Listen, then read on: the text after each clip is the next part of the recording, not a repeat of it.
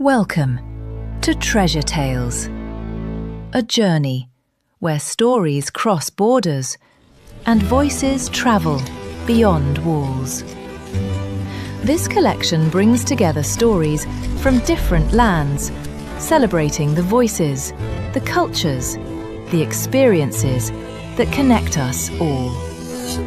Each tale carries a piece of wisdom, a piece of wonder or wonderment, a treasure waiting to be discovered. From mysterious adventures to heartfelt moments, each story invites you to explore worlds beyond your imagination. Listen closely, for every tale holds a treasure of its own. So, sit back, open your heart, and let the stories begin. And now, our first story begins. Today we're diving into a piece of fiction, Signal from Andromeda, by Mohammad Jafar Mohammad Washif. It's a great short story. It really is, and our goal here is to sort of unpack how someone can go from just, being a passive observer of the cosmos To an active participant in it. It's a huge shift. Exactly. So imagine this. You're 16 years old. You're Adam, the protagonist, standing on a rooftop looking at the Andromeda galaxy. Which is 2.5 million light years away. It's not just stargazing. No, it's about what happens when the universe, when it looks back. And it really starts with his background, with a legacy of listening. Adam's grandfather was this respected astrophysicist. Right, and he had this core belief. He believed the universe isn't silent, that it's always sending messages. You just have to know how to tune in, to look for a pulse, not just a static picture. And Adam finds one. He's fine-tuning his telescope, and he sees this rhythmic flicker in Andromeda. Yeah, and it's not random. There's a clear pattern. Blink. Pause. Blink, blink. Long pause. I mean, that's unmistakable, right? But help me with the physics here. That light is 2.5 million years old. It is. That's the look-back time paradox. So it's less a conversation and more like finding a time capsule. In a way, yes. Any real-time conversation is impossible. But the story treats this as a breakthrough in optical SETI, the search for extraterrestrial intelligence using light.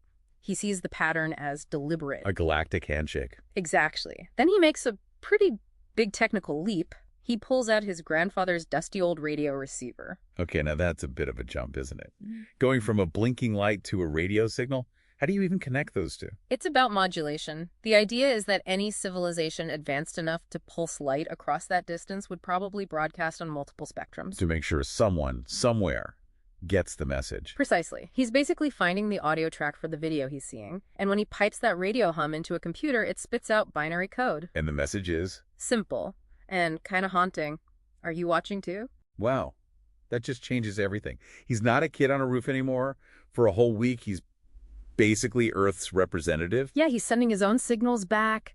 Sequences of light flashes and radio bursts getting more complex each day. You're shouting into the basement of time, really, just hoping someone hears you. And eventually a response comes back. It's an invitation. Meet us where stars are born. Which isn't just poetry. In astronomy, that's a very specific place. It's coordinates for a stellar nursery. Most likely, the Orion Nebula M42. Now, nursery sounds all cozy and safe, but these places they're cosmic chaos, aren't they? Total chaos. Massive clouds of gas and dust collapsing, high radiation, new suns igniting. They're furnaces. So the invitation isn't to a safe meeting point. It's an invitation into the creative, volatile heart of the cosmos. Yes, and that's the real insight. Connection isn't passive. It demands you step into the furnace.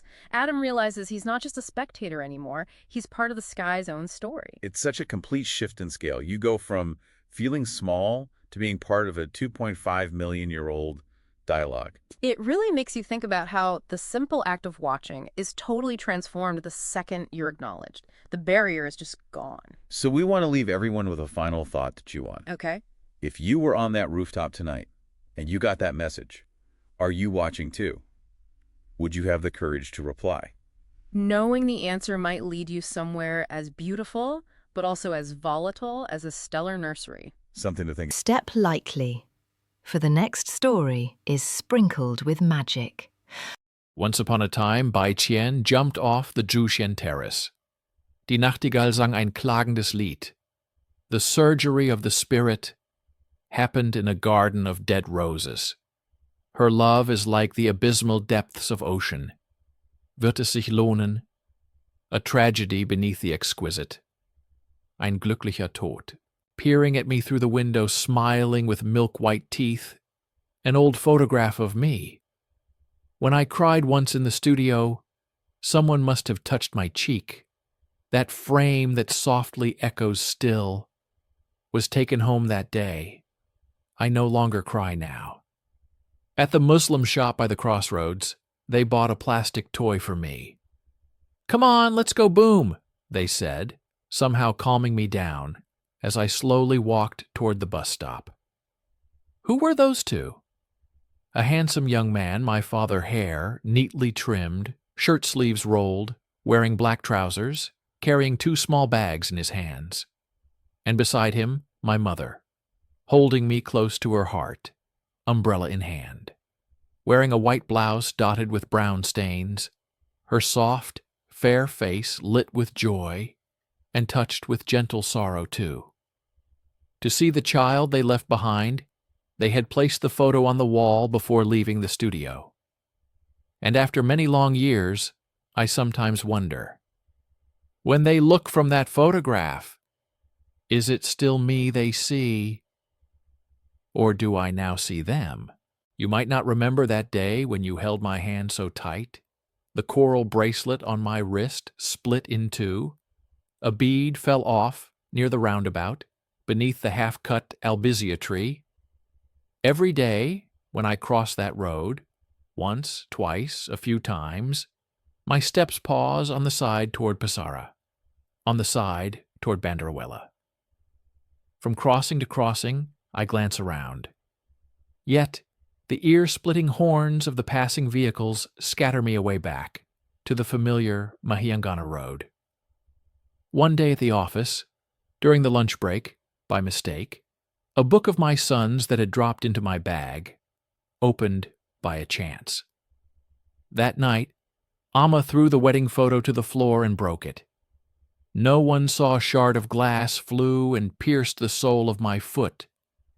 I ran back to the roundabout, beneath the half-cut albizia tree, and picked up the fallen coral bead. Then I ran all the way along the Mahiyangana Road, back home. That's when I learned the truth you had gone, leaving the cupboard door wide open. The sun sets behind the mountains, the yellow river flows into the sea. To see 1,000 miles farther, climb one more floor. After I am gone, it is certain that one who has come must eventually depart. But after I am gone, do not remain immersed in tears, because I will never be able to smile while you are weeping. After I am gone, do not forget to keep yourself happy, because my entire life was built upon your happiness. After I am gone, do not forget to lull yourself to sleep, because I am the one who will be coming into your dreams. After I am gone, keep talking to the moon and stars, because for your sake, I am going to dwell within those moon and stars. After I am gone, you must live your life to the fullest, because my entire life did not reside in me. It resided in you. G. Colorless worry. He whispered only with his gaze, I wish for you a colorful joy. His eyes were warm and clear. They even recalled yellow days. Violet flowers stood still. She lay in the green grass just as she pleased. From the rain fell a gentle thread. Her red hair began to shine. Her eyes gleamed briefly and bright, but turned gray and no more swift. He was true as the blue sky wide. No answer remained. For the time he truly had a golden heart. But she cried out loud in her pain, That is not fair. I want still more. He only thought, She was very merry. Loud screams and noise in the room. Everything black-white as in a dream. Too much chaos. No feeling left. Women, love, means sharing, and more. All right, let's dive in. We're exploring a document you shared with us. It's titled Scanned 23-60116. And it's really something. Just a few lines, but wow. It honestly stopped me in my tracks. It doesn't waste any time. It starts right at the absolute bottom. It does. Inception was dark. My world came crashing down. That word inception, it's not just the beginning. It feels more internal. Exactly. It implies this darkness wasn't just some external event that happened to the author. It was something being born inside of them. And that leads right into this next phrase, which is just so evocative. Rumpled realities and chapters of torment. Rumpled realities. I mean, what a way to put it. It suggests that life is no longer this smooth, predictable surface. Right. It's like a piece of paper that's been crushed. You can try to smooth it out later, but those rumples, the creases, they remain. Your reality is physically distorted. It leaves you feeling, as the author says, scattered. I think we can all connect with that on some level, that feeling of being spread too thin across a broken landscape. But the author's reaction to being scattered is what's really, jarring. The tomb. Yeah. I had buried myself in the tomb of solitude. Now, tomb is such a heavy final word, isn't it? It sounds like the end. It sounds like giving up. Like you've already accepted defeat. But then there's this turn. A huge turn. The author asks, what if I say, it is a heaven? And that, to me, feels like a massive leap. It does on the surface. I mean, my first thought was, is this just toxic positivity? Trying to put a nice little bow on a tomb just to make the isolation less terrifying. It's a fair question, but I don't think it's about looking on the bright side. It's more about a transformation of the space itself. Okay. Think about the difference between being locked in a cellar versus choosing to go into a dark room to finally get some sleep. The function is different. So the heaven is the relief. It's the relief of no longer having to perform. When you are scattered, you're being pulled in 1,000 different directions by everyone and everything. Right. By expectations, by noise, by just the world. Exactly. The tomb of solitude becomes a sanctuary because it's the only place where those scattered pieces aren't being tugged at anymore. It's the quiet your brain actually needs to start. Mm-hmm. What? Stitching a shattered identity back together. That's a great way to put it. It provides the space needed for reintegration. So the tomb is actually the only place where you could be whole again because you aren't being shared. Precisely. It's moving from I'm trapped alone to I'm finally safe enough to gather myself. That's a powerful shift. The very thing we fear, the silence, the isolation, is maybe the only environment where healing can actually take root. What looks like a burial from the outside is really a cocooning process on the inside. We've moved from chapters of torment all the way to finding a heaven inside the burial itself. It's a total subversion of how we think about being alone. And it doesn't mean the darkness is gone, but that the solitude has provided a way to exist within it without being destroyed by it. So for everyone listening, as you reflect on this document and maybe your own rumpled realities, here's a final thought. Consider the tombs in your own life. Those places of quiet you might be avoiding because they feel too heavy or lonely. We spend so much energy trying to stay unrumpled. But if the author found heaven in a tomb, is it possible your scattered pieces don't need to be put back exactly the way they were? Is it possible they need the silence of that tomb to become something entirely new? We tend to treat change as, as an intruder, something that shows up unannounced and, you have to panic and deal with it. Right. An event to be managed. Exactly. Yeah. But what if it's more like the weather? Today we're looking at just one source, a poem by Dihara called La vida cambia como el cielo. Life changes like the sky. And our mission, really, is to see how this one piece reframes change, not as a disruption, but as the atmosphere we're already living in. And the core of it, I think, is that Dihara argues we misdiagnose change. We think it's this singular thing, but it's actually, a continuous state. A constant. A constant. The poem says life shifts without saying a word. It just happens. One day is bright, the next arrives heavy with clouds. There's no warning memo. And that's the part that causes so much stress, isn't it? We're waiting for some kind of announcement so we can brace ourselves, but Dihara is saying the clouds just arrive. They do. But doesn't that lead to a kind of passivity? I mean, if you just let the heavy days happen without a fight, are you losing your agency? I don't think it's about passivity. It's more about, Well, I'd call it emotional regulation through a kind of metaphorical meteorology. Okay. I mean, the sky doesn't lose its identity just because the storm rolls in. So by seeing these shifts as being as natural as the weather, you stop treating a tough day as like a personal failure. Or a permanent state of being. Exactly. You're just recognizing the different shades of the horizon instead of, trying to glue the sun in place. She actually extends that idea to people, too. She uses this metaphor of people as the wind, sometimes a breeze, sometimes disruptive. But always moving through. Yeah, and I have to admit, that part gives me pause. If you treat the people you care about like the wind here, one moment, gone the next, doesn't that make relationships feel a little disposable? It's a real tension, for sure. But think about how much energy we spend trying to anchor the wind. We burn ourselves out trying to make something temporary permanent. That's true. Dihara isn't saying people are disposable. She's saying their presence is a movement.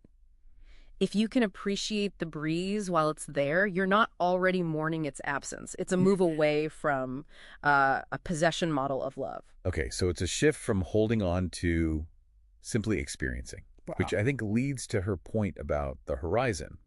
She says every new horizon returns with a different shade. This feels like a much healthier way to think about moving on. We always talk about getting back to normal. But this poem argues that normal is a moving target. That old version of the horizon, it literally doesn't exist anymore. So healing isn't about going backward. Never. The sun rises every day. That's the cycle. But the shade, the light, the color, that's always new. You aren't running in a circle. You're spiraling forward with every sunrise. Which brings us to the so what, right? The practical takeaway. Dihara says she's learning to change like the sky. And she gives 3 actions. Hold on to the light, let the storms go. And allow each color to come and walk away. It sounds like total non-resistance. Just letting everything happen. Well, I see it more as a shift in power. You aren't the storm. You're the sky where the storm happens. The sky doesn't fight the clouds. It doesn't try to hold onto a sunset for an extra hour because it likes pink more than gray. Right. By allowing each color to walk away, you stop that internal battle. You become the container for the experience, not the victim of it. So if you're out there trying to fix a job or a relationship back to what it once was, Dyer's basically saying that version is gone. And that's okay. It has to be. And permanence isn't about loss. It's the very thing that brings the next shade of light, the next color into your life. It changes stress into a cycle. You're not losing the light. You're just making room for a different kind of light. So a final thought for everyone to take with them. If you viewed the heavy clouds or the strong winds in your life right now as just another color in your personal sky, how would that change your willingness or maybe your courage to let them walk away when the horizon inevitably shifts? Step lightly, for the next story is sprinkled with magic. My face represents my expressions. When I am happy, my face is like a full moon. When I am sad, my face is like a waning moon. Crescent. My face is like a mirror. So today we're diving into something really personal. It's a fascinating piece of writing. It is. It's this handwritten account of a pilgrimage to Tungsa and Alakanda. Right. What a lot of people would probably know as Sri Pado. Exactly. And we're not just mapping the climb, the physical journey. We're really looking at this emotional transition. From what starts as a really solitary, grueling struggle to this moment of just profound support. Okay, so let's set the scene. Imagine you're standing at the Makara Tharana. That massive, sort of ornate dragon archway. It's the formal start of the whole thing. Yeah, and you've received your blessings, you feel prepared, but then as you step down toward the Siddhagagala stream, the whole atmosphere just shifts. It does, and the document mentions hearing the lament of Helihiniaka from below the cliffs. Which sets such a somber, almost Haunting tone. haunting, yeah, right from the very beginning. And that detail is so important, isn't it? Helihiniaka is this figure from folklore, always associated with sorrow. So it's telling you you're not just going for a hike. No, you're entering a sacred space that's already heavy with, centuries of prayers and grief. It's an immediate weight on the spirit. And then, of course, the physical weight kicks in. Big time. Well, yeah. You're climbing alone with the huge Samanaladala mountain range just stretching out all around you. And the source uses this amazing phrase. It says you're in the sun's service. I love that. It's powerful. It makes the heat sound like this relentless master you're forced to obey. And you eventually reach an umbellum, one of those little rest sheds, and you are just spent. And that's where the document says your dream starts to shatter. That's the breaking point. It absolutely is. That shattering is when the physical reality just becomes too much. The dream of, conquering this mountain all by yourself. It just crumbles. Exactly. So the embalm isn't just a place to rest your legs. It's where you have to confront the idea that you might not make it alone. But this is where the whole story takes this beautiful turn. It really does. Your strength is gone, and then suddenly this father figure is there. And he asks this incredible question, "Oh, from where in the sky have you been walking, son?" It's so poetic, right? It acknowledges the sheer scale of the journey. He sees how weary you are. And then he literally lifts you onto his chest to carry you up the steps. It's such a powerful image. And this is where we see that contrast between the shoulder bag and the shoulder strap. Yes, this is worth really digging into.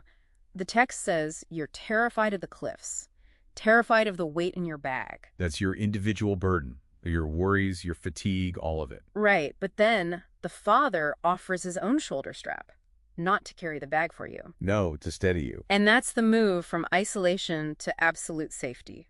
You're tethered to someone stronger. You're not performing solo anymore. And that completely redefines the summit. When you finally reach the peak, it isn't this moment of personal triumph. It's not, "I conquered the mountain." Not at all.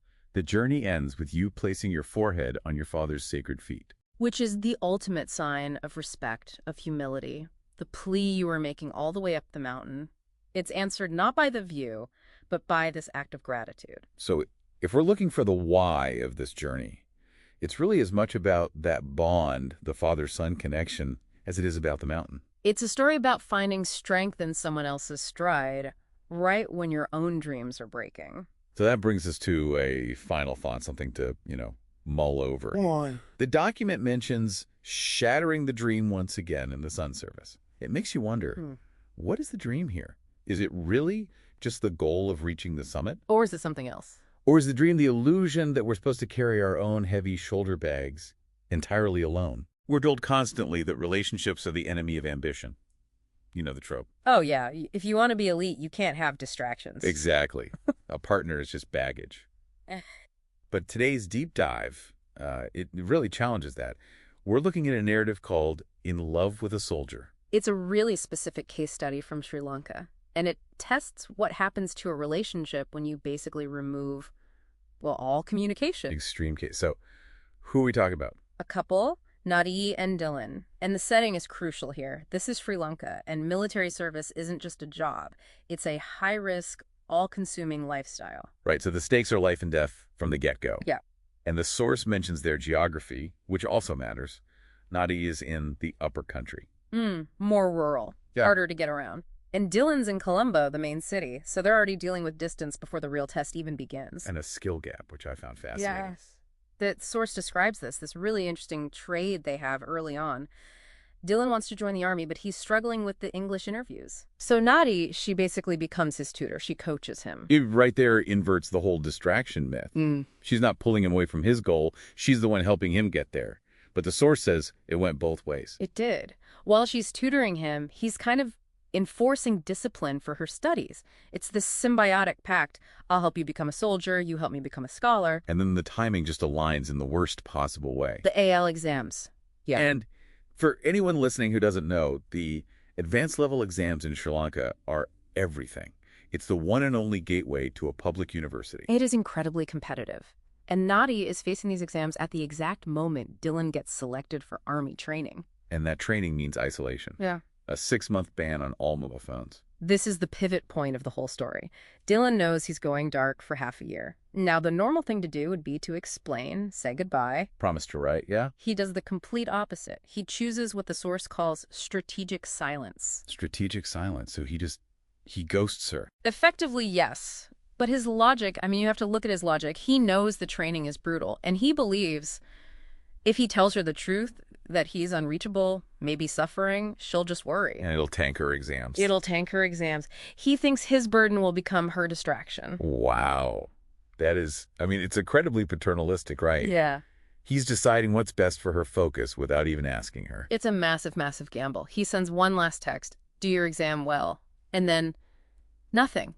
Radio silence. He's risking her hating him, thinking he'd just abandon her. All to keep her mind clear. So for 6 months, Nadi checks her phone every single day. And nothing. Not a single message.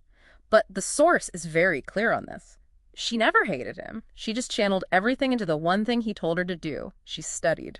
Okay, so fast forward 6 months, training's over, Dylan is back online.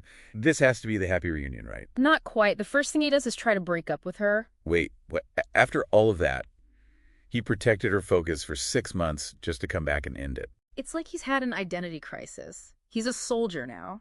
He looks at his life, the danger, the long absences, and he thinks he can't give her what ordinary couples have. So he's trying to spare her future pain by causing her pain right now. Exactly. He's projecting.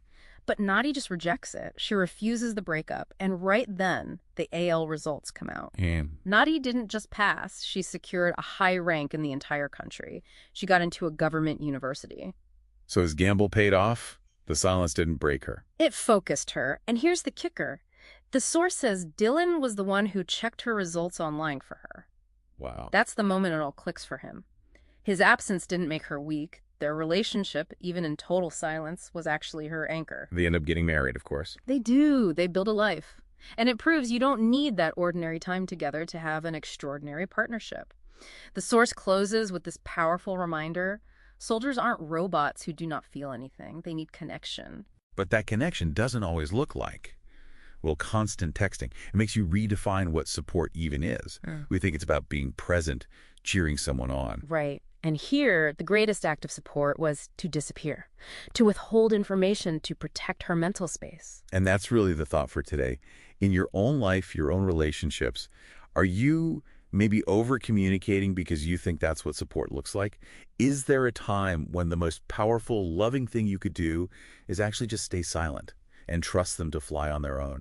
You know, when most of us think about our dreams, our big life goals, we treat them as these really fragile things. Like a wish, almost. Yeah. Something you hope for, but you don't control. Exactly.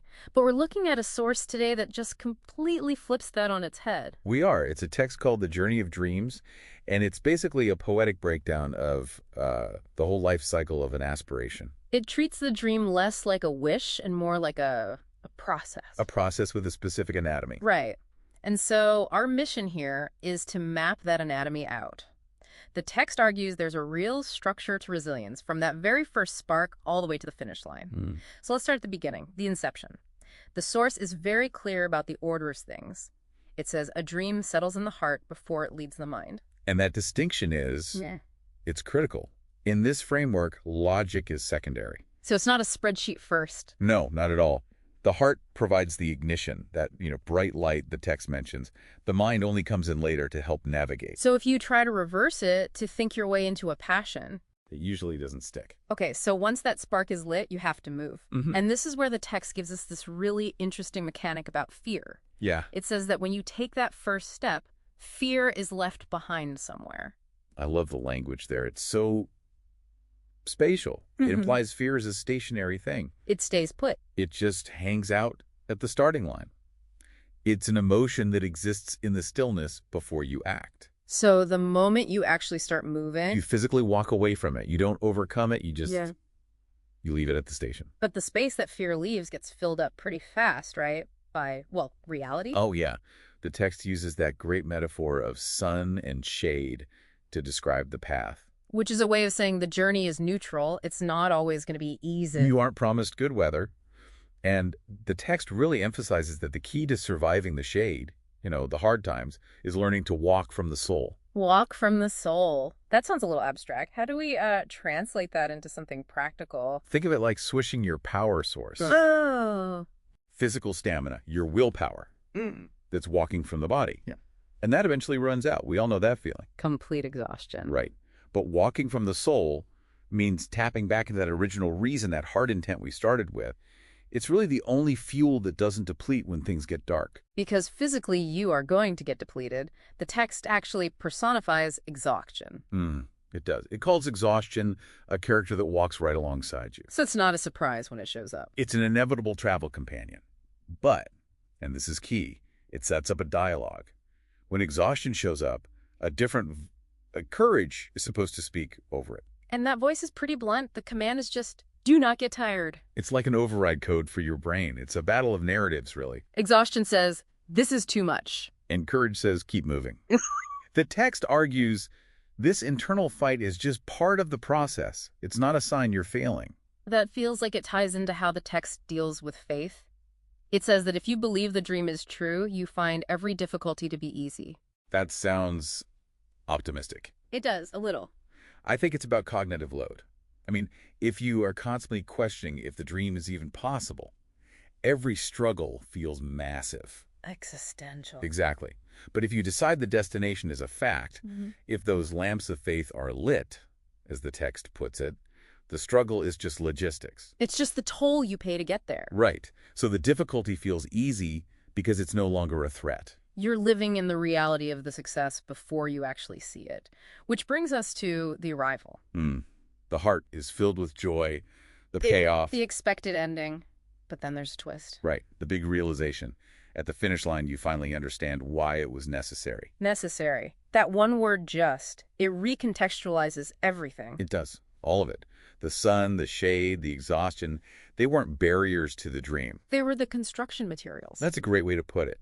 The text argues you couldn't actually hold the dream without the capacity you built during the struggle. The journey wasn't the price you paid. The journey was the thing. The journey was the entire point. So, just to recap the whole arc, it starts with an intuition in the heart. Moves past a fear that's stuck at the starting line. Right. Sustains itself through the hard times by listening to courage over exhaustion, and uses faith to lighten the load. All to arrive at this final understanding that the struggle was required to build the person capable of living the dream. It definitely shifts your perspective on having a bad day. It does. And that brings me to the question I want to leave you with. Okay. If you accept that conclusion, that the journey is necessary, ask yourself this. If you were just handed your biggest dream today on a silver platter without having walked through the sun and shade to earn it, would it actually hold any value for you? Thanks for listening to The Deep Dive. Do you hear that sound of laughter? Newsflash, 8 dead, including the driver after a bus plunges into a precipice. 29 critically injured. The road wasn't misty at that hour. I was right at the front of the bus. There were no vehicles coming from the other side. But the driver, for no reason, just suddenly steered the bus into the gorge. A surviving passenger. The shaking left hand of Nanda Sena, who drives the 63-1715 route, dropped the first gear of the day. With a guttural, grinding roar, the bus emerged from the depot and began its climb through the mountain peaks. Every time he checked the road in the sliver of the right side mirror, the one for whom he gave the 3-month alms just the day before, though the horn blared and echoed, though the bell rang right beside his ear, Nanda Sena heard none of it. Only the voice of his wife reached him. "What did you eat for dinner, Nande? What did the sun wear yesterday? Is our daughter able to braid her own hair now, Nande?" Beans grow in southern lands. In spring they sprout on many branches. I hope you gather many of them, for they best express longing. So today we're looking at this scanned poem you shared, Mi Gasata Gal Gasananathari. And it just hits you right away, doesn't it? Oh, absolutely. That rhythm. That percussive sound of a life being held together by a single thread. We're exploring how this mother uses her tools, needles, bobbins, to mend a life after the father's departure. The setting is just so visceral. I mean, you can almost feel the table vibrating. She's coaxing this groaning machine to life. Right, like that one piece of old tech we all have. Exactly. The one that only works if you touch it just right. She's not just working. She's managing this temperamental partner in her survival. And that gets us to the half-open zipper. I mean, that image is just, wow. It's so messy. Yeah, the father leaves to chase a bigger piece of life, and what's left behind is this broken thing, this wound that won't close. And it's a zipper, of all things, something that's meant to be quick, easy. Effortless, yeah. Right. He treated the family like a coat he could just slip off. But she doesn't just, pull it shut and call it a day. No, she embroiders it with quiet care. She's doing something so much more radical. She's making the scar the most beautiful part. It's a profound act of reclamation. And this reclamation is happening over empty plates, which the poem is very direct about. The poverty is right there on the page. But her focus is so clear. Go to school, my child.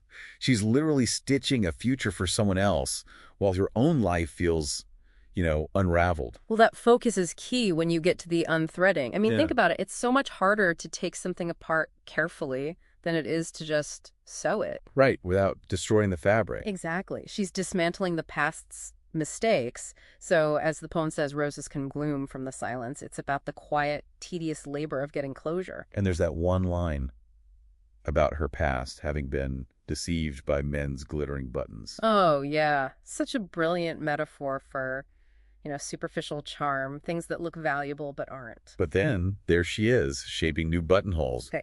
even on a man's shirt. And that's the irony, isn't it? She's fixing the very thing that represents her past deception, but she's doing it on her own terms now. She's the architect. She is. She's taking the literal holes left in her history and making them functional, secure. The ending, though, that's what really sticks with me. She presses the thread to her tongue, you can almost taste it, and guides it through the eye of the needle. And that's the real insight, the aha moment. The poem says she closes one eye Yeah. to look through that tiny needle hole, trying to see a future still worth stitching. It's that squinting focus you see in old photos, where the rest of the world just disappears. Right. When your whole world is fractured, survival means narrowing your vision down to one single tiny point of hope. So in the end, resilience isn't always a loud shout, is it? Not at all. Sometimes it's just the steady, rhythmic whir of a machine and the hidden dreams tucked between the stitches. It makes you wonder how much of the world is held together by that kind of, invisible work. Her sewing is her language. So, as we think about this document, maybe it's worth asking, in your own life, what are the half-open zippers or the unthreaded seams you're trying to stitch into something beautiful? Perhaps the next time things feel overwhelming, the trick is to close one eye and just look through that tiny hole to see the future more clearly. What's the one small stitch you can make today? My dear mother, I'm far away. Can't run to you every moment. You always come to my mind, my sweet mother. You are like the sky, giving me love and affection. There's no one like you in this world, my mother. Everything is difficult without you, but I'll come to you soon. I'm your little daughter, who loves you and wants to be with you always. My mother, I'm far away, but my heart is with you. You always come to my mind, my sweet mother. I grew up in the shadow of your love. There's no one like you in this world, my mother. A moment without you is difficult to live. If I could run, I'd run to you and hug you, mother. I'm your daughter, little one, who loves you. Today we're diving into a really beautiful piece from the Global Chapter's 2025 collection. It's called Under Two Flags. It's by Sanjana Samarsingh, who's a lecturer in German studies. Right, at the University of Kelowna. And this text, it really documents her own lived experience navigating to just completely different worlds, Sri Lanka and Poland. And what's so striking right from the start is how she just rejects this idea that you have to choose an identity. Yes. She talks about living under two skies. One is all about the Sri Lankan monsoon rain, and the other is, the Baltic mist of Poland. And she uses the flags themselves, the crimson and gold of Sri Lanka, the white and red of Poland, not as borders, but as a foundation. A dual foundation. Yeah. It's not about opposition, it's about having both. And her professional life is where this really, comes to life. She's not just passing through. No, not at all. She found herself in Escin, in Poland, teaching German. Which is her third language. I mean, think about that. She's using a learned language to connect her own South Asian background to a classroom in Central Europe. It's this amazing linguistic triangle. It is a masterclass in adaptability, isn't it? Yeah. It really suggests that being a professional in this global world, Yeah. it's not just about your technical skills. Mm-hmm. It's about what she calls perseverance and inquisitiveness. Just being willing to sit with that discomfort of the unfamiliar. And she has this fantastic phrase for how she does that internally. She calls it the heart as a quiet diplomat. Oh, that's such a great metaphor. It is. It's so tactical. She doesn't let that that nostalgia for, say, the smell of curry leaves back in Sri Lanka make her feel isolated. Right. Instead, she looks for an equivalent feeling. Exactly. She finds it in the coziness of shared tea in Sheson's winter. Yeah. She's digging for that universal human experience that's underneath all the local color. It's all about finding that common denominator. You see it with language, too. With Ayubawan and Ziodobri. Yes. To her, these aren't just, simple translations of hello. They are linguistic markers. They signal her intention to actually belong there. And I love what she says about laughter. Oh, me too. That the sound of her students laughing in a Polish lecture hall, it isn't foreign. It's just differently shaped, which is perfect. It's the same human emotion, just operating on a different cultural frequency.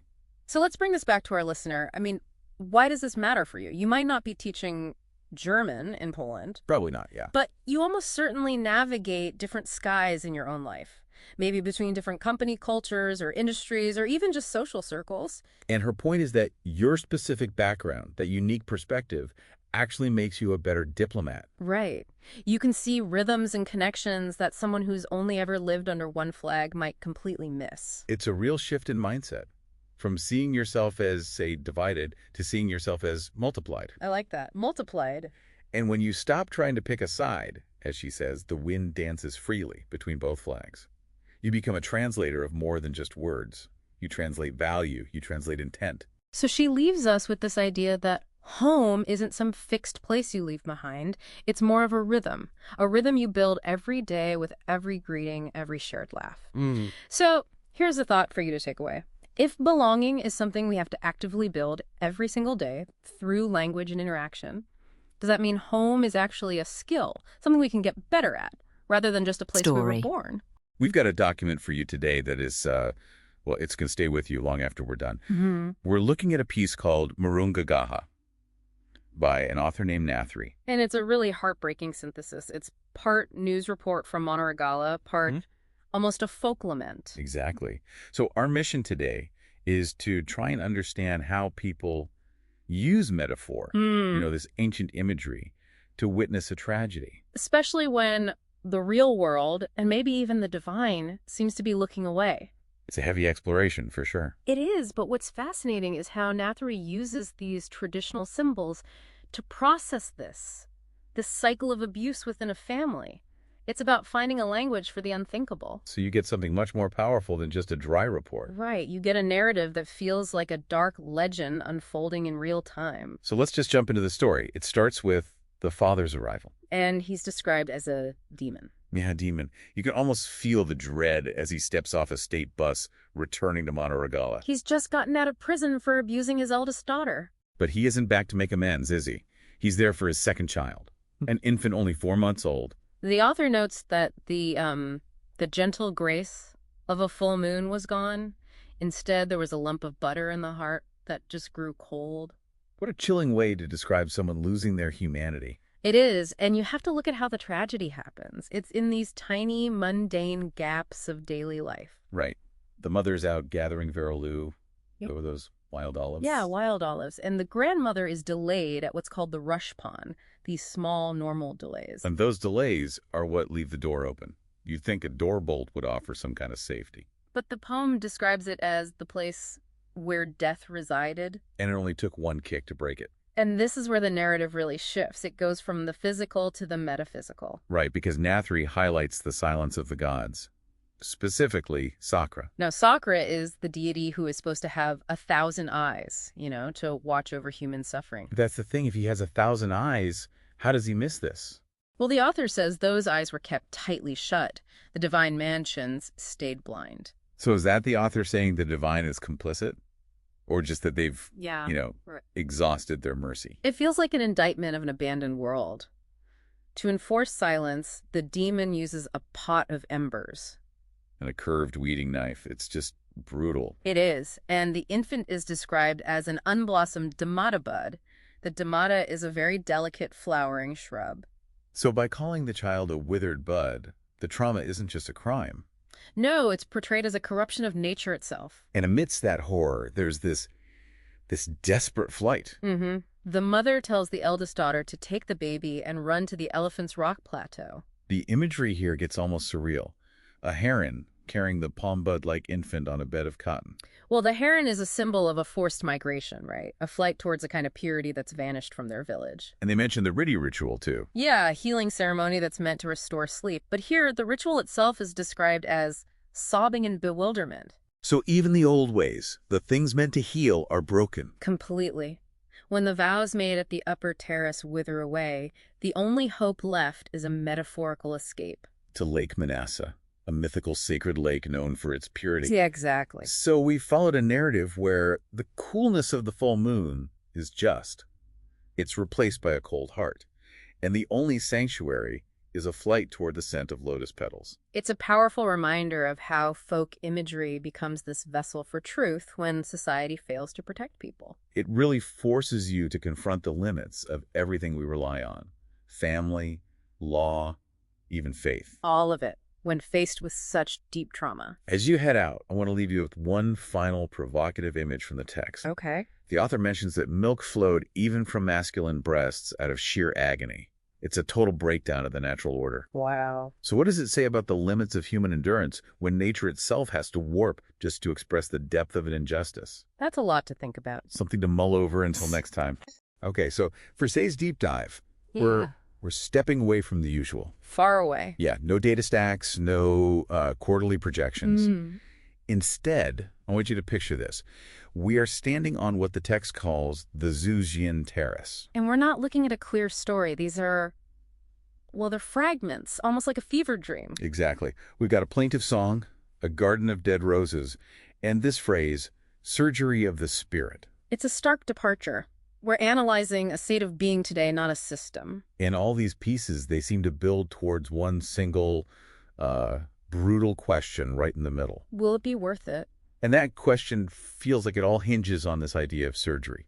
But before we even get to the operation, let's just look at the setting. The waiting room, so to speak. Yeah. The text places us right there on that terrace, and we're hearing a nightingale sing a plaintive song. In a garden of dead roses. Which is, I mean, it's very Gothic, sure, but dead roses feels so specific. It is. That's the key. It's not a barren wasteland. It's a place where life used to be. Ah. Dead roses imply a beauty that has withered.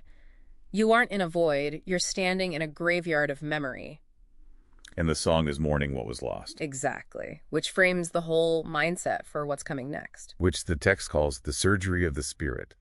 And that phrasing, it just stops me cold. Yeah. In our world, we talk about healing or growth. You know, surgery is violent. And that is the central insight here. Growth is often sold to us as this gentle, blooming process. Right.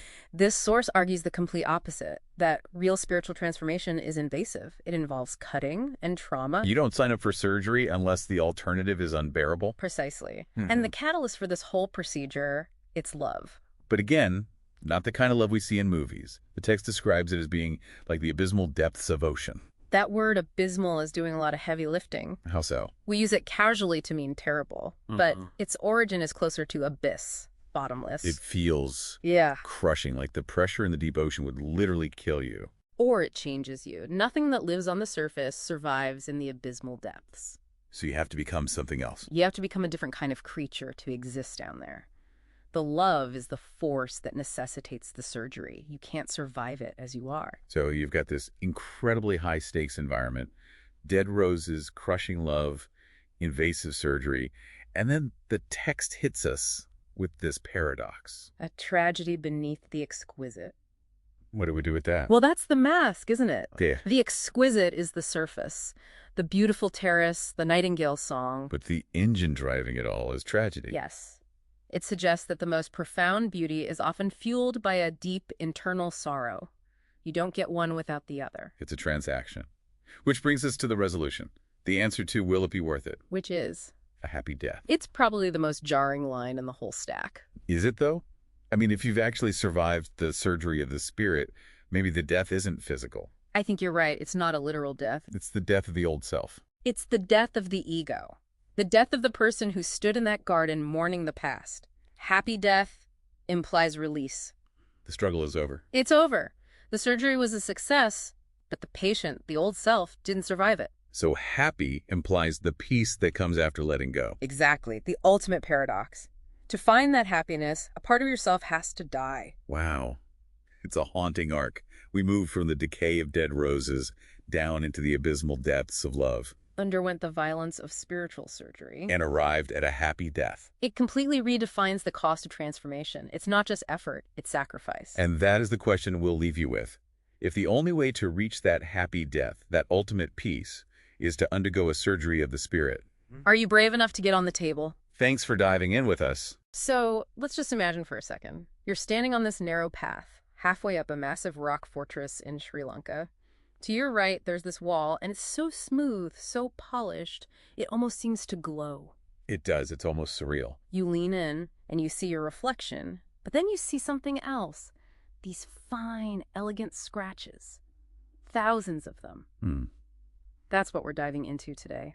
The mirror wall of Sigiriya. We want to figure out why people, for over 1,000 years, felt this need to leave their mark right there. It's called the Sigiri Kitapath Pawara. And, you know, mirror wall isn't just a poetic name. It's technical. How so? When King Kashyapa built it in the 5th century, Yeah. his masons coated it in this special plaster. It was made of lime, egg whites, beeswax, and honey. Wow, egg whites and honey. Exactly.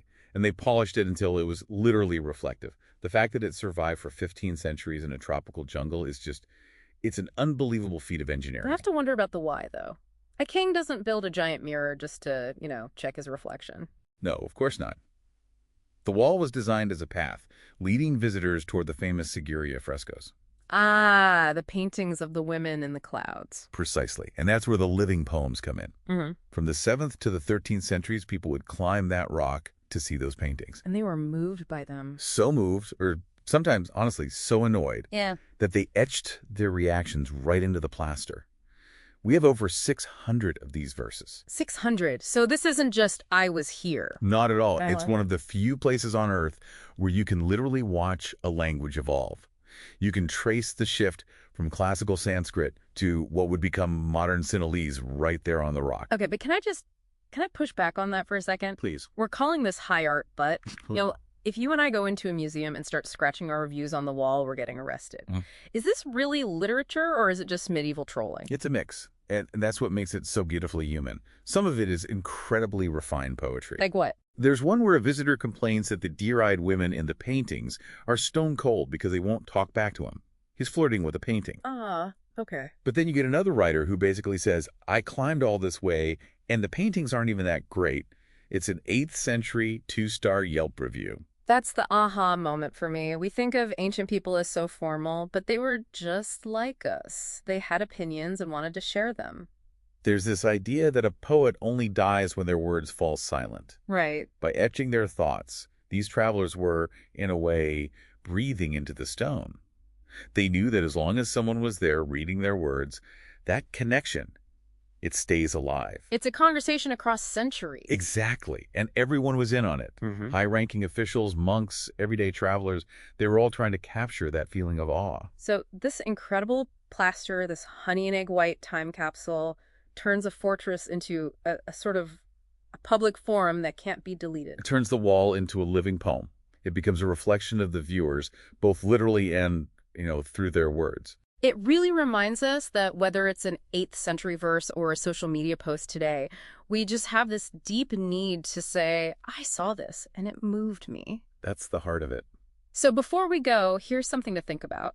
If you were standing there today at the mirror wall, seeing your own reflection next to the words of a monk from the year 800, what single thought would you breathe into the stone that would still be worth reading 1,000 years from now? So today, we're diving into a single, incredibly evocative document. It's titled Ruan Bandujewa to Amandi.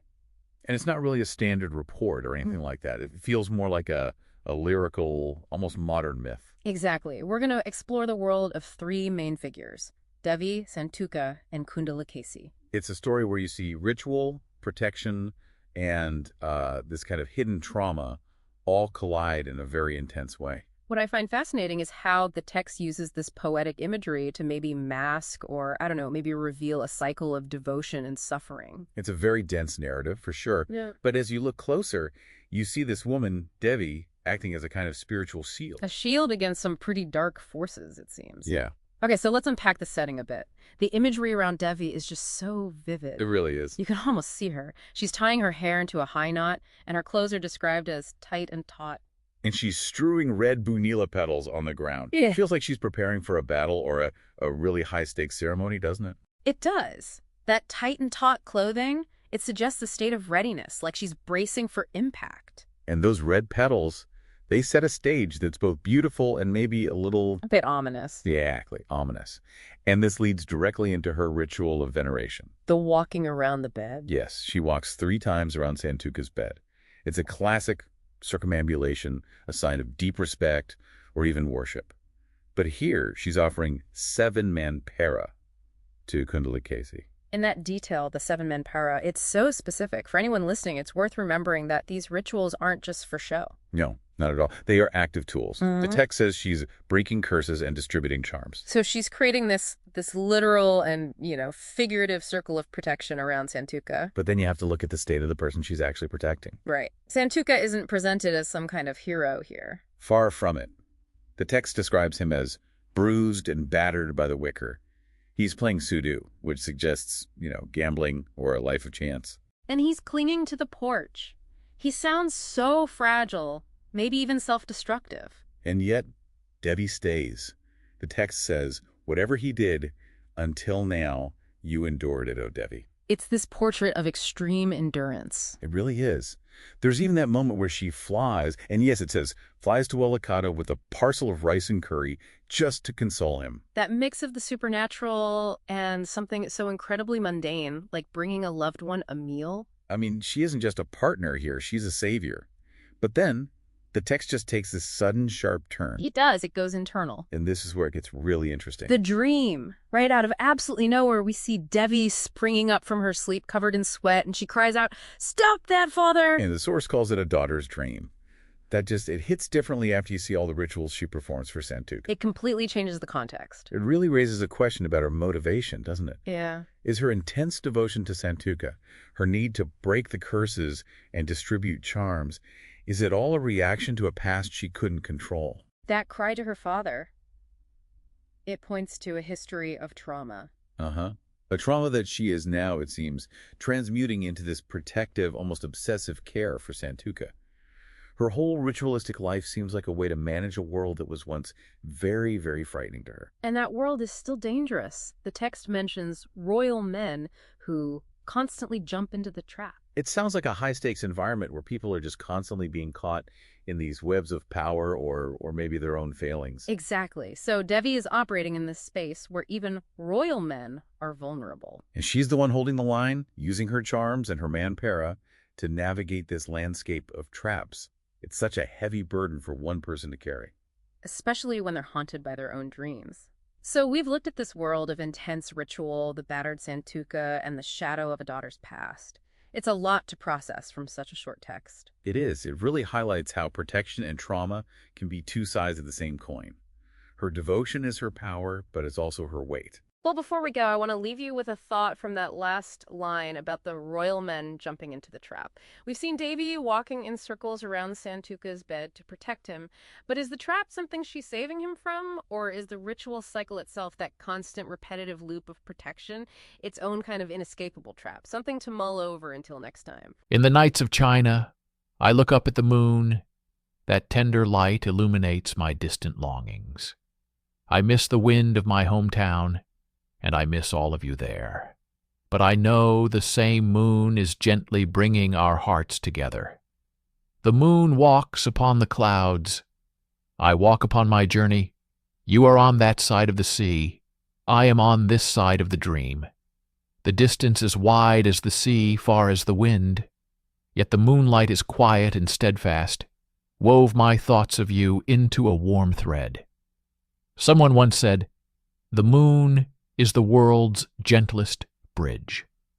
I hide these words in the brightest place in my heart. No matter where I am, how far I walk, or how much scenery I see, as long as I look up and see that moon, I know that home is always walking with me. Levi boards his boat, ready to leave. Suddenly he hears singing on the shore.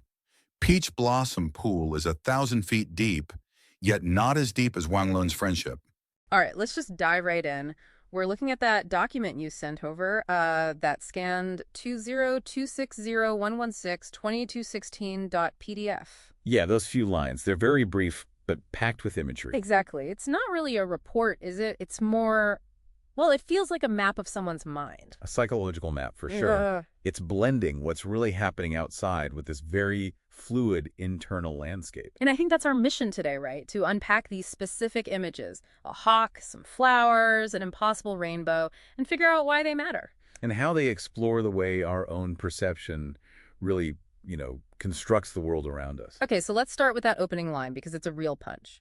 White clouds taking shape in the eyes of a hawk. It's so intense. It really is. It's not just you looking out a window at a bird. It's like the entire sky is being filtered or maybe even created through that hawk's vision. Exactly. It's a total shift in perspective. It's not objective reality anymore. It's subjective experience. So the source is basically saying the sky isn't just something that exists out there. It's something created by the observer.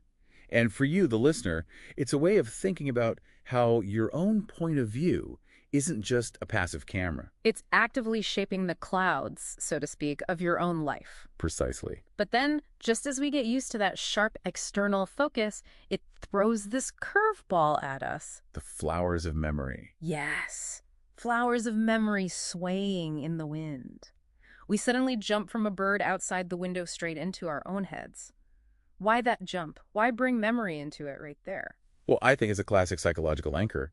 By linking the memories to the same wind that moves the clouds, the text is saying your past isn't some dusty, static thing. Ah, so it's not locked away in a basement somewhere. Not at all. It's alive, it's outside, and it's subject to the elements just like everything else. If the wind can change the shape of a cloud in a hawk's eye. It can also change the way you feel about a memory from 10 years ago. It's all part of the same ecosystem. You've got it. It's all connected. Okay, that living memory idea, I can follow that.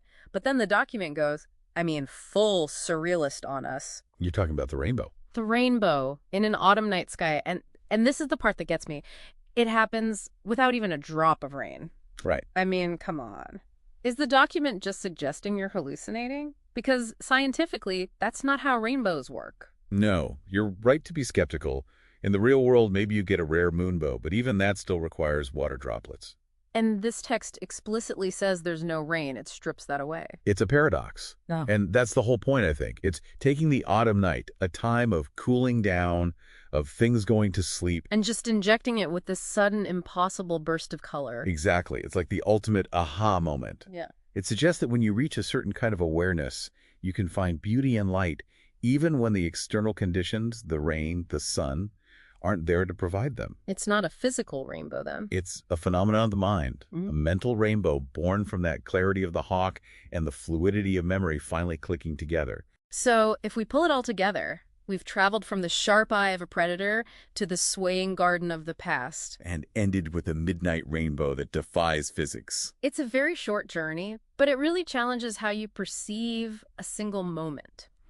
These details aren't just pretty descriptions, are they? No, they're an invitation to look for patterns in the world that don't always follow the rules of logic, to find value in the paradox. Because sometimes the things that shouldn't be there are the ones that tell you the most about where you are.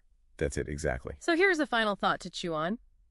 If a rainbow can appear in your autumn night sky without a single drop of rain, what other impossible beauties might be hiding in your own memories, just waiting for the right light to reveal them? Bed, the moonlight glows. I think it is frost upon the ground. I raise my head and gaze at the bright moon, then lower it, thinking of my hometown. Turn the page and step softly into our next story. The world is full of beautiful flowers. They are decorated with many colors. I have heard such things since childhood, but I have never seen them with my eyes. Mother, you are the flower of my heaven, the one who always guides and improves me. To me, color is still a question. Tell me, Mother, this is my only request. In lovely flowers, the fragrance spreads quickly. I know this. They are very soft. But today I heard that every flower is filled with color. If there is such a thing as color, where is it hidden now? Oh, Mother, where is the light? Is there really such a thing? Everything appears black to me. What is my fault in this? Whenever I touch with my fingers, the flower feels soft. If there is a color in the flower, tell me. Tell me the reason, Mother, for it not being felt by touch. My dear Mother, why do you cry like this? Droplets, tears, fall onto my hands. I feel your heartbeat racing, yet I will never ask for an answer again. Don't cry, Mother, this was just my joke. Color is a lie. Now the world understands. To the one who told me these false things, I will go and hit them quickly. Step lightly, for the next story is sprinkled with magic. Inception was grim.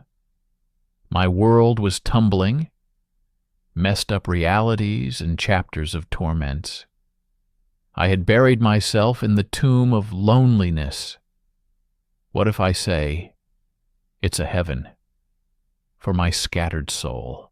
You taught me to this aimless life. You gave a new identity. I knew how to walk, but you taught me how to soar. I knew how to see, but you taught me how to feel/appreciate. I knew how to breathe, but you taught me how to live. I knew love, but you taught me how to love. Environmental pollution. The contamination of the environment and atmosphere is called pollution. Nature provided humans with pure water, air, land, and vegetation to keep them healthy. However, humans have polluted these by setting up numerous factories to achieve their material comforts. As a result, many health problems have arisen for mankind. There are 4 types of environmental pollution: water pollution, air pollution, land pollution, and noise pollution. Water pollution has become a grave problem today. Chemical-laden water from factories and dirty water from drains flow out and pollute rivers and oceans. Not only this, but mosquitoes breeding in this dirty water make our lives hellish. Additionally, bathing in water bodies, washing clothes, defecating, and bathing animals also cause pollution.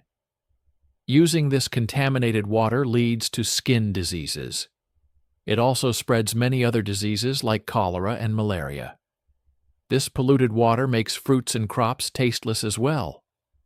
Air pollution has created a major threat to human existence. Gases emitted from factories, motor vehicles, household stoves, and anything that burns pollute the atmosphere. Air pollution causes respiratory diseases such as coughs, colds, and lung cancer. It also weakens the eyes of living beings. The air we breathe purifies the blood inside our bodies. Therefore, humans, animals, and vegetation depend on it. Noise pollution is caused by means of transportation, machinery in factories, and many practices of modern civilization. Furthermore, without considering the convenience of others, people spread pollution by playing loudspeakers, radios, and tape recorders very loudly. Noise pollution makes our lives stressful and affects our hearing ability.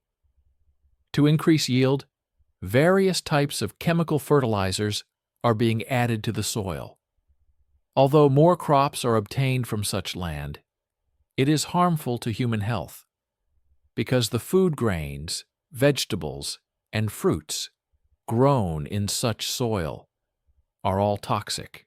Because of this, stomach-related diseases and age-related issues are increasing. In the modern era, the causes of pollution are increasing. Because of this, people's lives are in great danger. Nowadays, many measures are being taken to stop environmental pollution. Tree plantation, afforestation, is the best means to save the forest environment. Apart from this, we must rely on electric vehicles and solar energy. If this is not resolved now, the consequences will have to be borne, not only by current living beings, but also by future generations. Okay, let's dive in. We're looking at a pretty profound meditation today on, well, the most non-renewable resource any of us have, time. That's right. And it's something we often treat like it's just infinite. But the sources we're exploring really hammer home this one point. Which is? That you can lose your money and, maybe make it back. You can lose property and buy more. But time, once it's gone, it is gone forever. So being punctual isn't just a good habit. It's framed here almost as a survival strategy. It is. The text calls it a priceless treasure. It suggests that the most successful people in the world, they aren't always the smartest or luckiest. They're just the ones who got it. Exactly. They're the ones who recognize the true value of time before it was too late. The wheel is always, always moving forward. I love the first big analogy here. It uses the sun as this ultimate mentor. Right, the discipline of it. Total discipline. It rises and sets at its appointed moment every single day. And the source asks you to just imagine the chaos if the sun decided to be, 10 minutes late one morning? The whole system would collapse. If nature runs on that kind of strict schedule, it's a fair question to ask why we don't. And that discipline isn't just about being rigid, right? It's about timing. It's all about timing, which brings us to this hot iron idea. You've heard the phrase, strike while the iron is hot. Of course. Well, the point here is that opportunity has a temperature. Once that iron cools down, you can hit it with a hammer all day long. And nothing's going to happen. Nothing. The shape is set. The effort you put in later it's effectively useless because the moment has passed. That reminds me of the wisdom from Acharya Chanakya. He was an ancient Indian philosopher. And he had a lot to say about time and fortune. He did.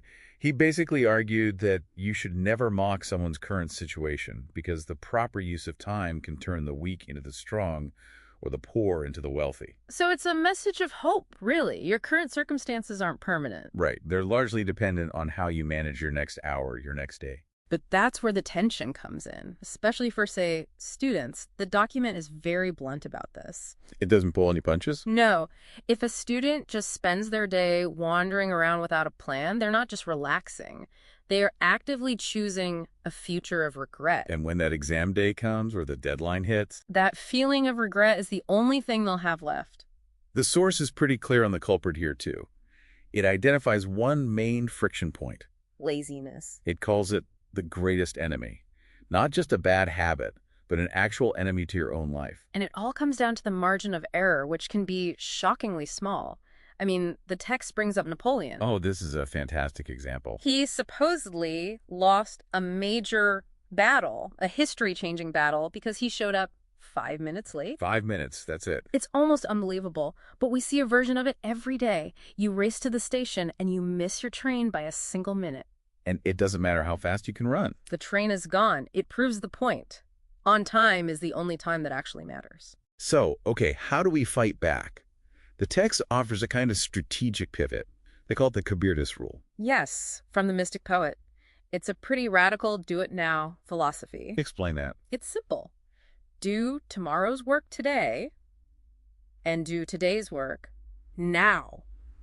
Now. Yeah. Right now. It's the ultimate weapon against procrastination. I also like the financial analogy it gives. Oh, it's a great one. Most of us think very carefully before spending money, right? Of course. We protect our finances. But the argument is we should be even more protective, even more tight-fisted with our time. Because you can always earn more money. Time, on the other hand. You can't. If you wouldn't just throw a $20 bill in the trash, why are you so quick to throw away 20 minutes? The solution, then, is a disciplined routine. The source says the secret to, and I'm quoting here, winning at life, is a fixed schedule for everything. For eating, studying, yeah, even for playing. Yes. It removes the need to constantly negotiate with yourself. The decision is already made. The part that really stands out to me, though, is what it suggests you do at the end of the day. The nightly audit. The nightly audit. Right. It says the true mark of wisdom is just asking yourself every single night before you sleep, one question. How did I spend my time today? It's a moment of just raw, personal accountability. It's a powerful habit to build. You know, as the old Urdu poets warned, lost time never comes back. So for everyone listening, here's a final thought to take with you. Let's hear it. If you were to audit the last 24 hours of your life with the same sharp scrutiny you use for your bank account, would you be satisfied with your investment? Or are you just waiting for the iron to get hot again, maybe not realizing it's already cooling down? A huge spider was walking high above the sky, casting a dark shadow across the whole city. its long, hairy legs bent and pressed against every street it passed.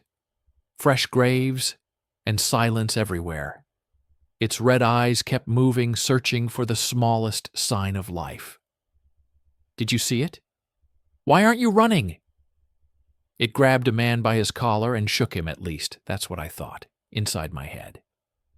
I was too scared to scream, too scared to hide, too scared even to feel fear. My fingers were shaking, but I tried not to show it.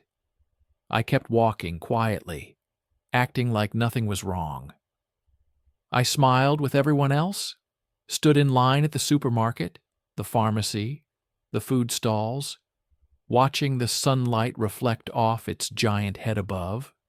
If you walked into room 210 back on January 16th, you'd have seen what looked like a tragic but straightforward medical emergency.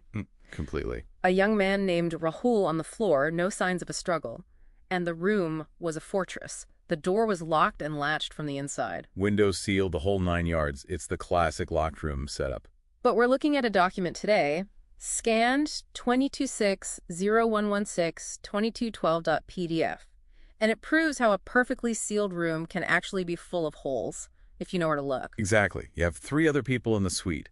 His roommate Akash, his classmate Monica, and his friend Reena. They all had their own routines, their own alibis. And on the surface, it's a tragic accident. But the biological silence of the room, as the report calls it, was broken by a few small things. Little inconsistency. Wait, okay, if the door is latched from the inside, why did the investigator even bother checking alibis? I mean, usually a latched door is a closed case, right? It should be. Yeah. But it was the state of the room. It should have been static, but it felt disturbed. Disturb how? There was a pen on the floor. A single page flipped in a notebook on the table. Small things. If Rahul died suddenly from a heart attack, why was his study material moved? Okay. That led to the post-mortem. Then that's what dropped a bomb on the whole timeline. Rahul died at exactly 9:05 p.m. 9:05, and that's where the alibis start to fall apart. Akash said he was reading until 9:00, then asleep. Monica was on her phone until 9:00. And Reena claimed she was out cold by 9:15. So if he died at 9:05, everyone is accounted for, but no one saw a thing. It's a 5-minute window where everyone was physically present but supposedly mentally checked out. So the real puzzle is the how. There was no weapon, no scuffle. Nothing. The investigator eventually found the source in the cap of Rahul's daily drink. In the cap. Yeah, this wasn't a vial of poison dumped into a bottle. It was a delayed action trap. The killer coated the inside of the cap with a concentrated, slow-acting toxin. So they didn't even need to be there. They just had to wait for him to follow his routine. Precisely. His own habit became the trigger. Okay, but a delayed poison still doesn't get us to Reena. Any of the 3 could have done that earlier in the day. So how does this one Bluetooth notification mentioned in the file single her out? It feels like a reach. It sounds like it. But this is where digital forensics just cracks the case wide open. The inspector saw a Bluetooth-connected alert on Rahul's locked phone. And what does that mean? My son does that all the time. Well, his phone was set to auto-pair with a specific device, maybe a speaker, maybe a fitness tracker. The key is, when the inspector checked the logs, that pairing happened right around the time of death. So you're saying the killer's device entered the signal radius and triggered the connection while they were in the room? You got it. Reena claims she was asleep in her own area, but that digital footprint proved her phone was actively talking to the electronics right next to Rahul at 9:05 p.m. Wow. So she wasn't asleep? No. She was likely standing over him, checking to see if the poison worked, maybe staging the notebook to make it look like he'd just been studying. That's a cold way to go. And the motive in the document, it seems so small for such a big crime. It does. The report says she confessed because she was just frustrated that Rahul was constantly copying her and lying. So it was just long-term resentment that boiled over into this incredibly calculated act. Yeah, and it shows how the most clinical, planned-out crimes often come from the most messy, mundane human emotions. She weaponized his own habits against him. And she thought the locked room would be her shield. She accounted for the door latch, but not for her phone's need to connect. A stark reminder, isn't it? This whole case was solved not by a smoking gun, but by a flipped page and a wireless signal. It really makes you think, though, with our phones, our watches, even our light bulbs constantly talking to each other, is it actually possible to be truly alone in a room anymore? That's the question, isn't it? Is our own technology now a constant 204/7 witness to everything we do? The thin bright edge we stand where dawn and dusk embrace, between the fading past and an untamed space. The wind tastes sharp with untried skies, and the ground hums low with our own replies. Childhood still clings in the scent of rain, yet the iron of duty runs through our veins. Our pockets rattle with relics of play, beside maps we've drawn for an unnamed day. Behind gold corridors, soft with cheer, ahead wild oceans that test what we steer. Every step is a needle through silk and stone, threading a future we've never known. We carry both compass and candle flame, through shifting shadows that whisper our name. On this thin bright edge, we do not wait. We leap, and in leaping, we choose our fate. So today we're diving into a really raw piece of writing. It's titled Miwa Sunu Dora Janelle Tu Nathri. Yeah, and this is not something you read to, feel inspired with your morning coffee. No, not at all. It's more like an autopsy of a soul that's completely trapped. Right. If you've ever felt like your past is this weight you can't drop, or that the future is just some story people tell, this one is going to resonate. We're going into a world where light is industrial and the horizon is basically a graveyard. And it kicks off with this incredibly claustrophobic feeling. You've got closed doors, shut windows. And the black thread of rain. Exactly. But the image that really, it just stopped me in my tracks, was the light. The narrator sees light as mechanical angels. Mechanical angels, what a phrase. Dragging themselves along the roads. Think about that. Light is usually hope, right? Or something divine. Here is just another exhausted commuter. It's like the universe is just stuck in traffic. And for this narrator, even the heavens are tired. And then the perspective shifts. It goes from looking out to looking through everything. Their eyes become X-ray machines. Yes. So they're not just seeing buildings and people anymore. They're stripping the world down to its skeleton. And when you look at the horizon with those kinds of eyes, you don't see opportunity. You see... you see shatters of bones. That's just a gut punch. It is. Because the horizon is almost always a symbol of the future, of a better place. But here, the narrator calls that whole idea a useless myth. A foolish fantasy. Right. So for anyone listening, this is a perfect picture of existential entrapment. It's that awful feeling that if your whole world is built on bones, then moving forward just means walking to a different part of the cemetery. It's actually terrifying. Because once you've seen the world that way, you can't just pretend you didn't. You can't unsee it. And that's when the narrator tries to uproot their origins. I love this detail here. Their origins aren't just memories. No, clung to the ground with sharp teeth. It's so visceral. We're always told to embrace our roots. But what if your roots are biting into you, holding you in place? And that struggle, that attempt to pull free, leads to a total internal war. It's a full-on escalation. It really is. It starts small, primitive, bows and arrows, little personal attacks. But it doesn't stay there. It ends with atomic bombs. The sheer energy spent on just self-destruction. It makes you wonder, is the bomb the final act of the fight, or is it just surrender? Because after that, there's nothing left to fight over. Exactly. There's just silence. But the silence that follows isn't peace. It's just absence. The war's over because the narrator has literally been torn in two. And that final image is so haunting. It is. After the atomic silence, one half of the self just slams the door and walks out. While the other half just sits there, silently, on the bed. It raises such a heavy question about what it means to survive psychologically. Maybe. Maybe fragmentation isn't a failure. Maybe it's a tool. Well, maybe sometimes the only way to escape a situation that's killing you is to kind of leave a part of yourself behind to take the hit while the rest of you gets away. So it's a survival tactic, even if it leaves you feeling incomplete. It's the cost of trying to outrun your own roots. This whole piece is a reminder that we aren't always this single cohesive person. Sometimes we're just a collection of halves trying to figure out who gets to make it through the day. And it makes you think about the half that gets left behind. We always focus on the one who walks out the door, the one who moves on. But what about the version of you that's still sitting on that bed? Yeah. It's a lot to process. So, a final thought for everyone listening. If your own internal war ended today, in total silence. Which half of you would be the one to walk out the door, and which half would be left sitting on the bed? So I want you to just, for a second, imagine you're standing on the Muhammad grounds in Sri Lanka. It's this ancient place where you can almost feel the history in the air. You really can. It's palpable. And that's where we're going today.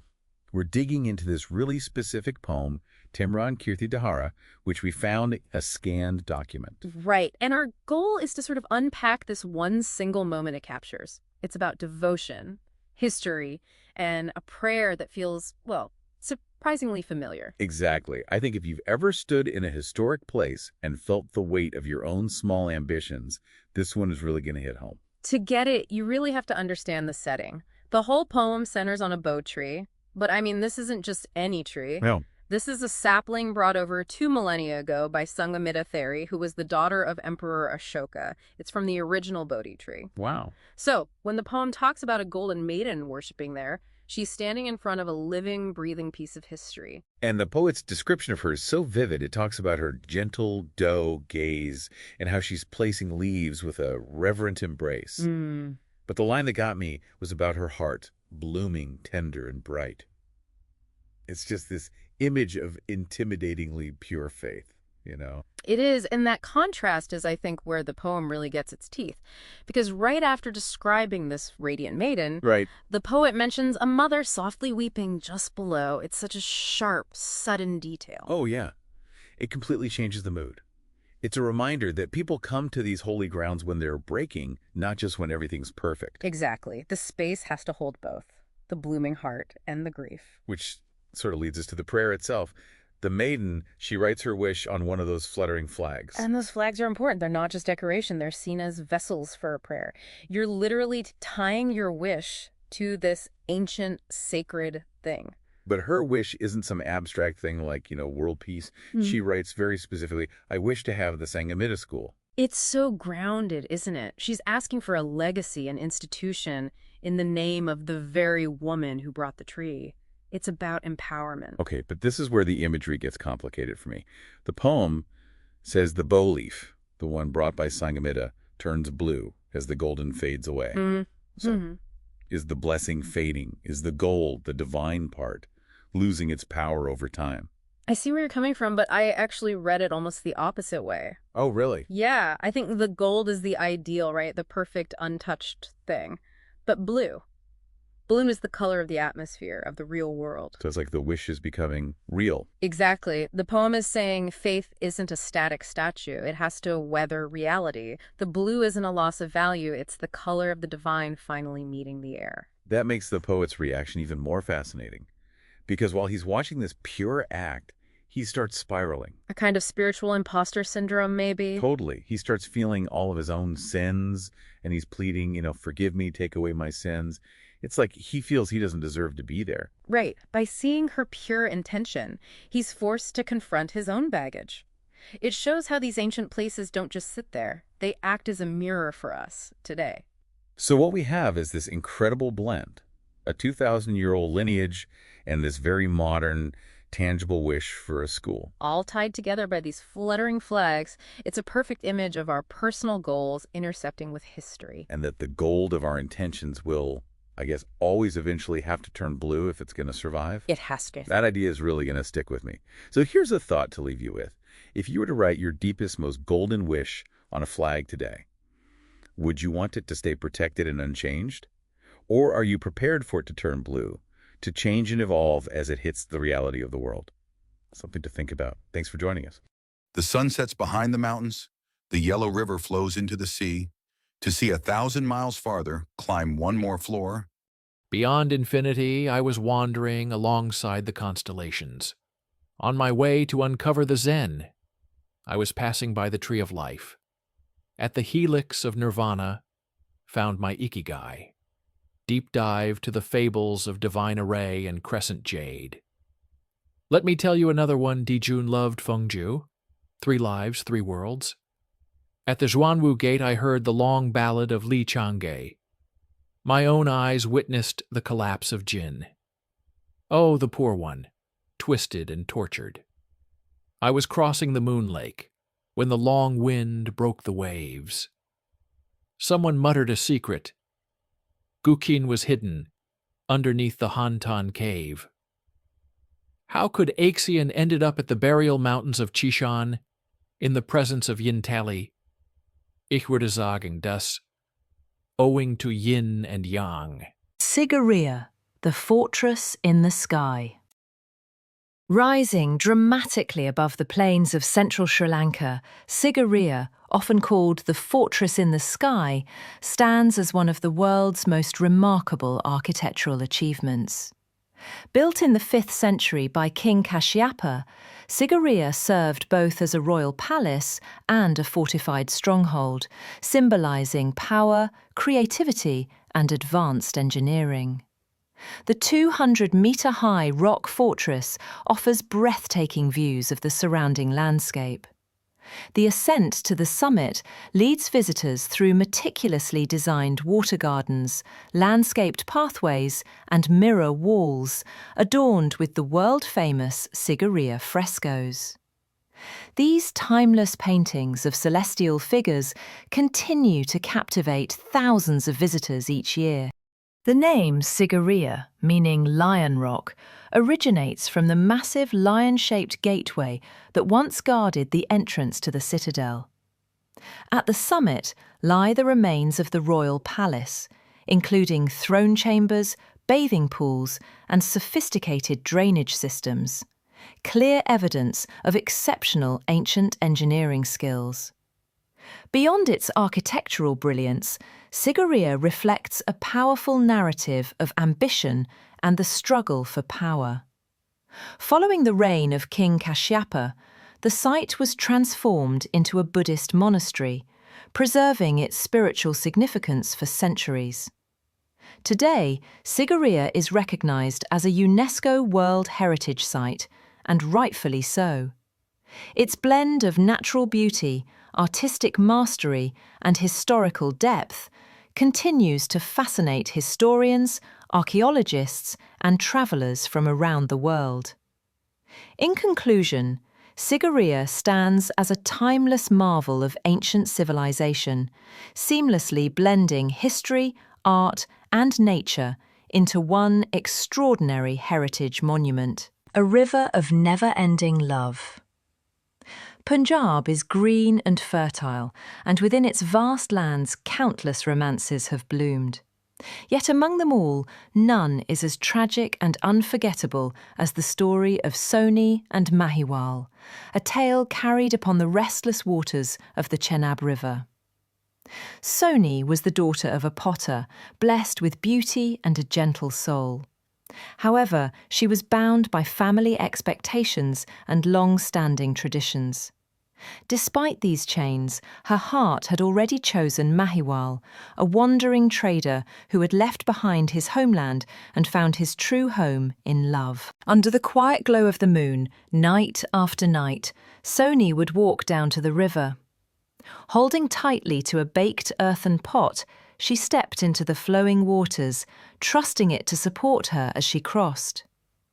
The river pulled strongly at her body, but the pull of love was stronger. Every crossing was more than a journey across the river. It was an act of faith, a silent rebellion against the world that tried to separate her from the one she loved. One night, betrayal changed everything. Without her knowledge, the sturdy pot she relied upon was replaced with one made of unbaked clay. As she entered the river, the pot slowly softened and dissolved in the current. The waters of the Chenab claimed Soni's life, and her body was lost to the depths of the river. Yet her story did not end there.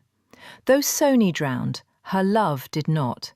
Her tale continued to live on through poetry, art, and song, especially in the haunting melody of Par Chanade, where every note echoes the pain of her final crossing. The story of Soni Mahiwal is more than a tragic romance. It reflects the spirit of Punjab itself, brave yet tender, resilient yet sensitive, and willing to sacrifice everything for love.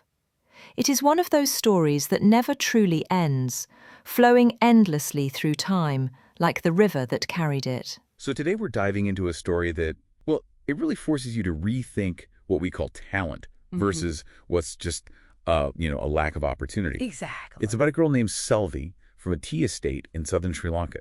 And for years, she was basically that invisible student, the one in the back of the class feeling everything. Right. And somehow she ends up becoming a university lecturer.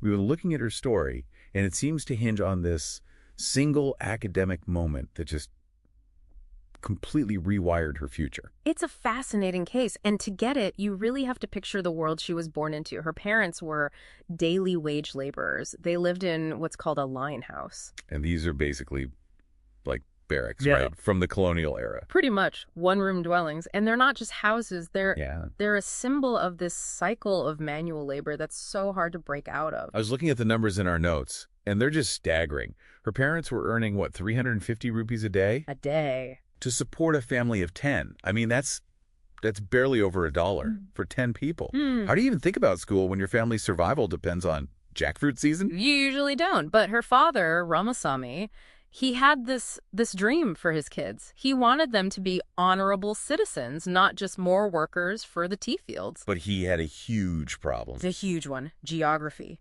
The nearest school that taught in their language, Tamil, was 10 kilometers away. The bus fare. Just impossible for 8 children. So he takes a huge gamble. He does. He walks 1 kilometer to the local school, which is Sinhala Medium, and he basically begs the principal for a small place for his kids. So you've got a child who only speaks Tamil dropped into a school where everything, the lessons, the kids, the books, it's all in Sinhala. It's a recipe for disaster, and her early records show that. In grade 2, I think she scored just 20 marks. 20 across every subject. It just makes you wonder, why was she even promoted? Were they just pushing her through? It's probably a mix of things. The system might just move kids along, but it seems the principal saw something in her father's determination. But for Selvi, it must have been awful. Oh, she described it as great mental stress. She felt totally isolated. She couldn't even recognize a single letter. She was just, marginalized in the corner. And this is where we so often get it wrong, right? We see a language barrier and we think it's a cognitive problem. Exactly. We mistake the medium for the mind. But then we get to grade 6 and the whole story just flips. It's like a scene from a movie. It really is. The teacher, Anuradha, is handing back the Sinhala exam papers. And she's reading the scores out, but she does it from the lowest score up to the highest. Oh, wow. So you can just imagine the tension. Right, and Selvi's probably just sitting there expecting her name to be called in the first few seconds. The scores are going up. 13, 20, 23. And all the while, she's just waiting. The scores hit the 70s, the 80s, then the 90s. The class is sure they know who won. This one student, Samudra, got a 97. But there's one paper left on the desk. Exactly. And the teacher says the highest mark wasn't 97, it was 99. And it belonged to Selvi. It belonged to Selvi. The girl who supposedly couldn't read the language just outscored everyone. That moment, it's about so much more than just a grade. It's that click, that proof to yourself that you can do it. It's what psychologists call self-efficacy. That one single victory proved to her that she wasn't the weakest. The bridge just hadn't been built yet. And once it was, she didn't just pass exams. She started winning oratory competitions, singing contests, all the way to a university lectern. It's such a powerful reminder for all of us. When we see someone who isn't performing, we have to ask ourselves, are they actually lacking the ability, or are we speaking a language they don't have access to yet? Yeah, whether that's literal language or maybe corporate jargon or some technical skill, that resource gap can hide so much potential. It really can. She broke a multi-generational cycle of poverty from a one-room house. It just makes you wonder, how many brilliant minds are sitting in a corner somewhere in our own systems just because we haven't found the right way to translate what they know? What if the person you've written off as the weakest is actually about to score 99? Here we are, at the end. Thank you for joining us. We hope you've enjoyed every treasure in Treasure Tales.